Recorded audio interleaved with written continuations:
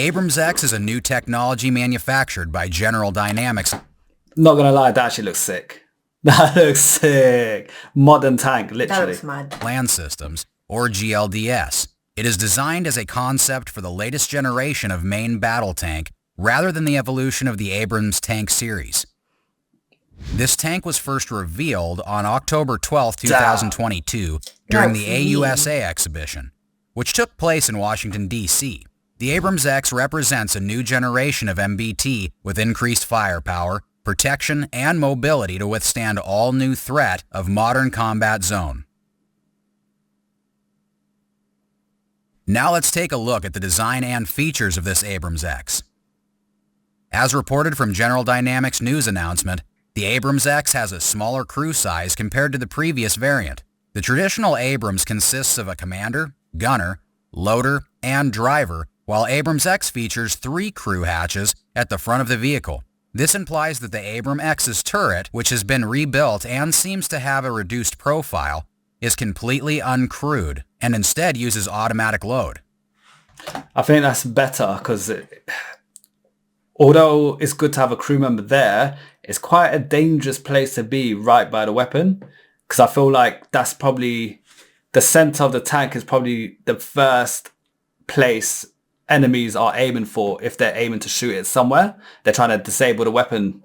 But by no one being there and not needing a crew member, if that crew member dies, for example, during the war, there's no one they need to replace that person there and then. Otherwise they can't shoot, from my understanding.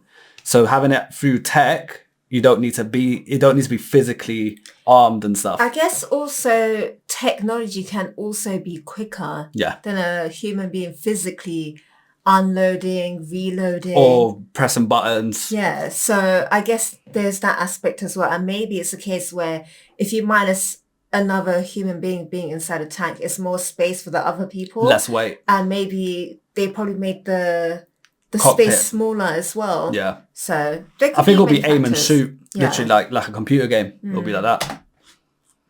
As a result, the Abrams X is the first to use an automated loader in the Abrams family. The new crew layout also allows 3 crew members to sit side by side, working and battling together rather than the separate stations. Nice. With the panoramic sights for the gunner and commander provided.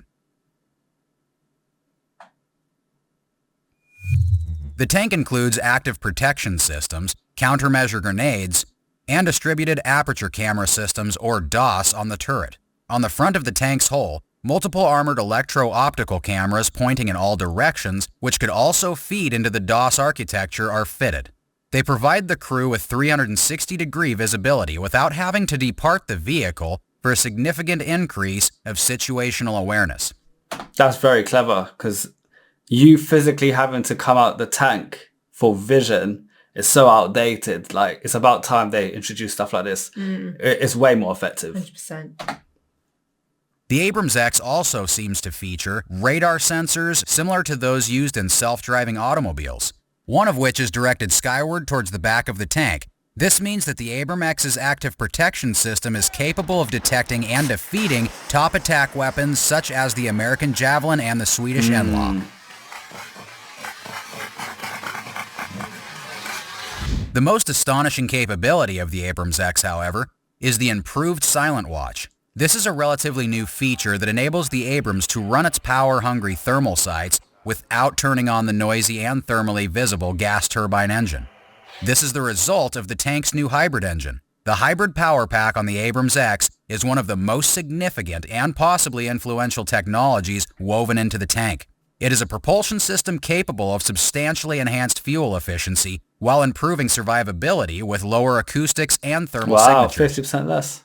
That's a lot. It is also important to note that the Abrams X is powered by DEAL 570P3 tracks. This track type was designed for the Abrams diesel variant and is a variation of the 570PO, which had previously been used on the TA 5DK in Denmark, with a wider center guide and different rubber pads. Hence, this makes Abrams X the first Abrams to be powered by a diesel engine. I'm surprised. I thought diesel engines would be used for tanks previously because diesel gives more torque. Diesel's good for going uphill, driving at long range and carrying weight. That's what diesel's very good and better at than petrol. And a tank, you would think diesel would be the best option. So I'm surprised. That surprises me a bit. I thought that's been going on.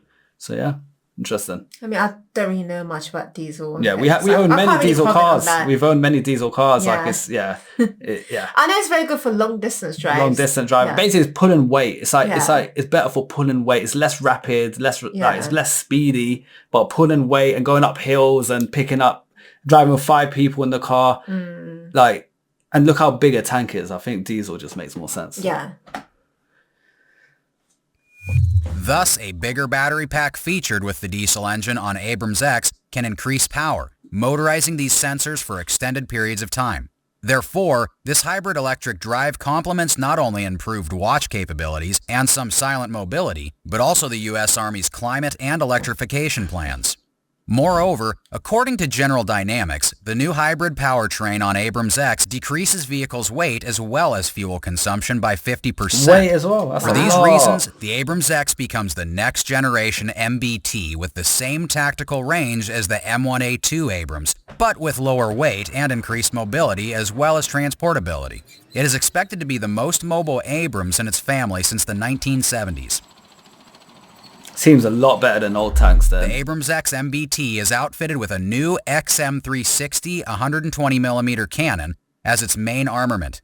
This replaces the former main armament, which was the M256 120mm cannon. The XM360 was initially created for future combat systems, a program launched in the early 2000s to replace the U.S. Army's current armored vehicles.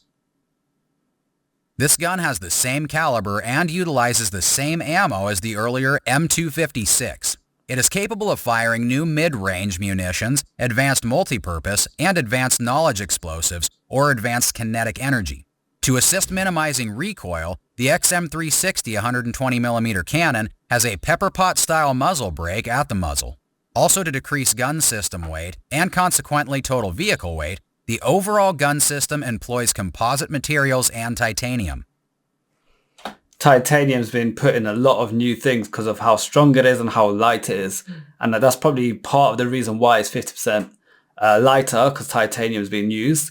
And also a lighter machine means it's more fuel efficient. You know, it said it was 50% more fuel efficient. And it's quicker as well. Quicker as well if needed, there's so many benefits. It costs more, but worth it. Worth every penny.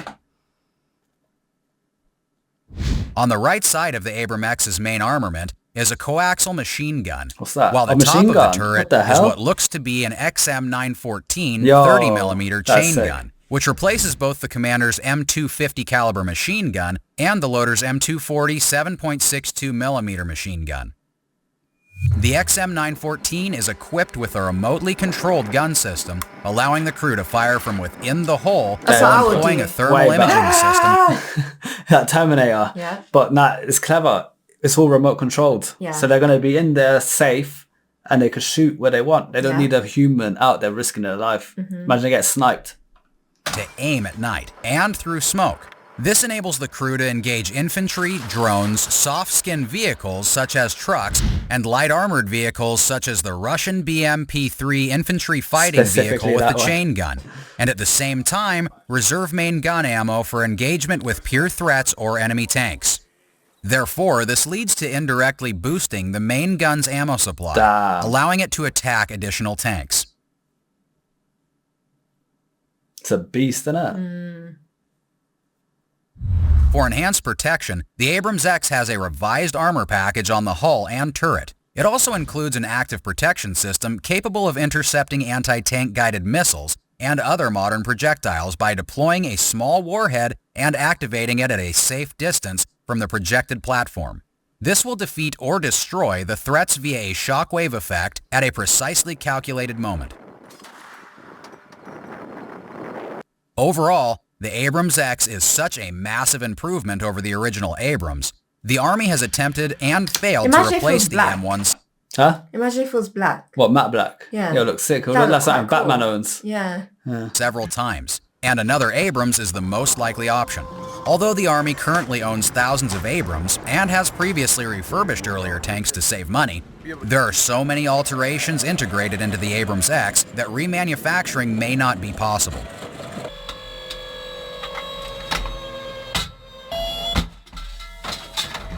The Abrams X is not just a tank for the 21st century. Its expected inclusion of features such as top attack active protection and a 30mm chain gun are inspired by the conflict in Ukraine. With its reduced crew, AI lethality, survivability, mobility, manned or unmanned teaming, and autonomous capabilities, the Abrams X can be a crucial component in deadly combat networks and serve as a bridge between Abrams SEP V3 and SEP V4 to a future tank. If adopted by the U.S. Army, it might imply that the Abrams platform might be used until the 2050s and beyond. Insane. So what do you think about the new U.S. Abrams X MBT? That's actually nuts. Should the U.S. Army buy it? Drop your comments below and let us know.